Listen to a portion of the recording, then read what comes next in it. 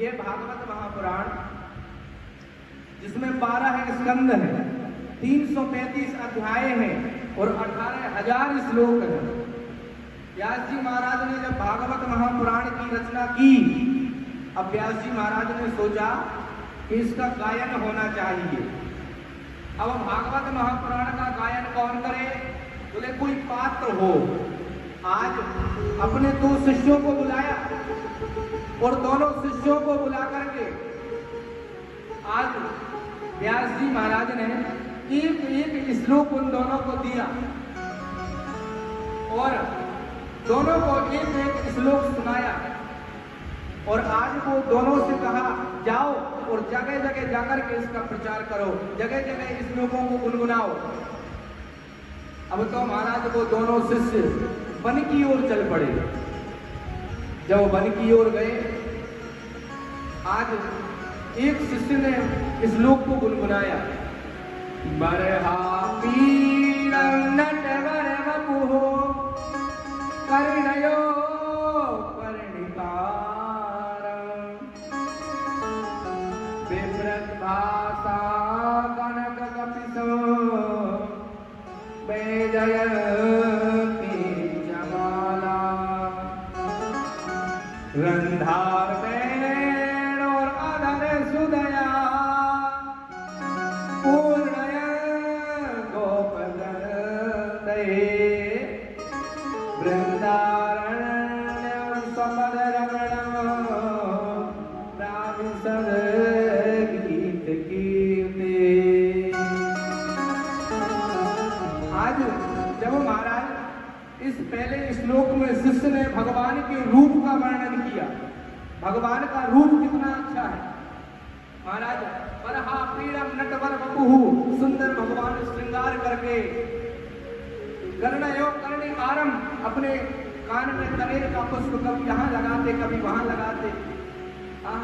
सुंदर महाराज पीताम्बरी कमर में लगा करके उसमें बांसुरी को घूंसते हैं, महाराज बांसुरी को लगाते हैं। रंधार वेणु अधर सुदया, जब भगवान सुंदर बांसुरी को अधर पर रख करके और महाराज सुंदर वादन करते हैं, तो भगवान की क्या सुंदर छवि का दर्शन होता है। पहले श्लोक में भगवान के रूप का वर्णन है, भगवान कितने प्यारे हैं। सुखदेव जी महाराज जो गुफा में बैठ करके भगवान के ये रूप के वर्णन का श्लोक सुनते हैं तो मन बड़ा खिंचा। इतना सुंदर कौन है, इतना आकर्षित कौन है। आज सुखदेव जी महाराज को जानने की इच्छा हुई, लेकिन सुखदेव जी महाराज ने सोचा जरूरी नहीं कोई सुंदर हो तो उसका स्वभाव भी सुंदर हो। सुखदेव जी महाराज ने ध्यान फिर से लगाया। इतने में जो दूसरा शिष्य था उसने भी एक श्लोक को गुनगुनाया जिसमें भगवान के स्वभाव का वर्णन था कि भगवान का स्वभाव कैसा है। अहो वकीयं स्तनकालकूटं जिगांसयापा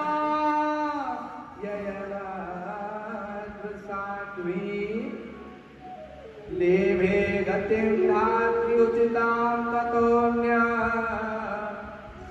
कंबादयालुं शरणं प्रपद्ये। आज महाराज सुंदर भगवान की जो स्वभाव का वर्णन किया ना। अच्छा देखो भगवान का स्वभाव कैसा है। जब भगवान का जन्म हुआ मथुरा में, तो गोकुल भगवान को वसुदेव जी लाए।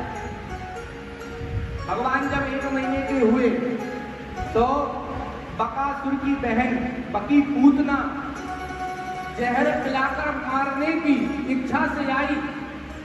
जिगांसया पायरत्न सात्वी, क्या इच्छा लेकर के आई? भगवान को जहर पिलाकर के मारने के लिए। लेकिन भगवान का स्वभाव तो इतना अच्छा है कि जो पूतना भगवान को जहर पिला करके मारने आई थी, भगवान ने उसको क्या गति दी? जो गति अपनी माँ यशोदा को देने वाले थे, जो गति अपनी माँ देवकी को देने वाले थे, वो गति उस पूतना को दे दी जो भगवान को मारने आई थी, उसको भी वैकुंठ पहुंचा दिया। भक्तों ने पूछा, भगवान एक बात बताओ, आपने वो गति दे दी उसको जो आप अपनी माँ को देने वाले थे बाद में, ऐसा आपने पूतना में क्या देखा कि उसको भी अपने धाम पहुंचा दिया? भगवान ने कहा, देखो भले ही वो राक्षस कुल की है, भले ही उसका खान पान बढ़िया नहीं है, भले ही वो भजन पूजन पाठ नहीं करती, भले ही वो हमें मारने के लिए आई थी, लेकिन उसने काम तो माँ के जैसा किया। जैसे माँ अपने बालक को स्तनपान दुग्ध पान कराती है, वैसे ही उसने हमें स्तनपान कराया। उसने काम माँ के जैसा किया, इसलिए उसे अपनी माँ की गति दे दी। तो ऐसे है भगवान, न जाने कौन से गुण पर दयानिधि बीज जाते हैं। भगवान ने उस पूतना को भी महाराज वो गति दी। आज सुखदेव जी महाराज ने जब ये सुना, इनका स्वभाव इतना मधुर है, सुंदर है। आज सुखदेव जी महाराज समाधि से उठ गए और उन शिष्यों से कहा, भैया ये सुंदर सुंदर श्लोक आप जो गायन कर रहे हो, ये हमें और दो, हमें और सुनाओ। शिष्यों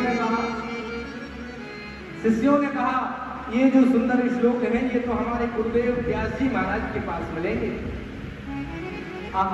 देखो, जिन व्यास जी महाराज से सुखदेव जी दूर आए थे अपने पिता से, आज भगवान के श्लोकों को पाने के लिए आज फिर से महाराज अपने पिता व्यास जी महाराज के पास पहुंच गए।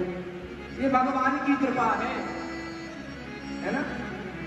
आज व्यास जी महाराज के पास पहुंचे सुखदेव जी महाराज और कहा कि बड़े मधुर संगीता है, ये सुंदर पावन श्लोक हमें भी श्रवण करना है।